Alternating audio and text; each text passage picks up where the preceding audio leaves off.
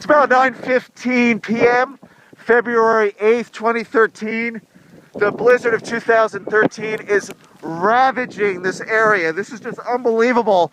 I was out here and took the last video at 7:30, less than 2 hours ago. The amount of snow out here has doubled. There are about 8 inches at 7:30. Now at 9:15, we've got 16 inches of snow. Unbelievable. Over 4 inches per hour, averaging over the last 2 hours. We're in a very heavy band. Mesoscale banding is setting up. And I would not be surprised if we saw some thunder snow. So I'm going to be getting myself back indoors very soon. But this is just unbelievable. If I were to walk down my street,